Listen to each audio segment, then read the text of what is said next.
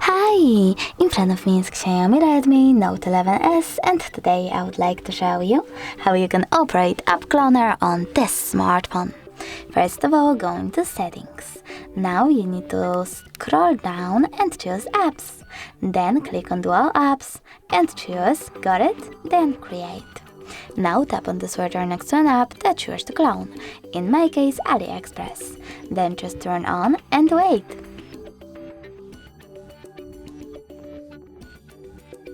As you can see, my app was successfully cloned, but in order to check it out, I need to go into my main screen, and as you can see, clone of AliExpress is over here. Thanks so much for watching. If you enjoyed this video, don't forget to leave a like, comment and subscribe. Bye!